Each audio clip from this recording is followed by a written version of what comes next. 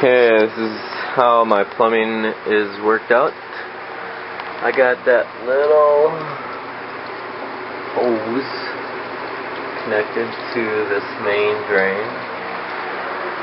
where it comes down from my toilet upstairs to the pipes to the sewer line, I'm guessing.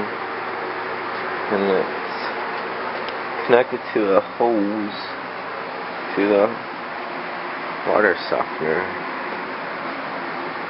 recharge.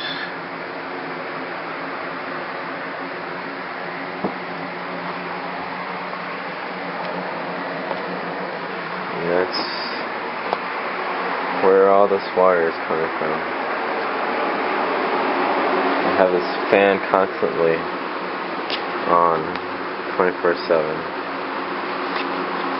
Hopes that gives you a better idea of what this is all about. And a friend of mine told me these pipes are not supposedly the best connected. What do you think?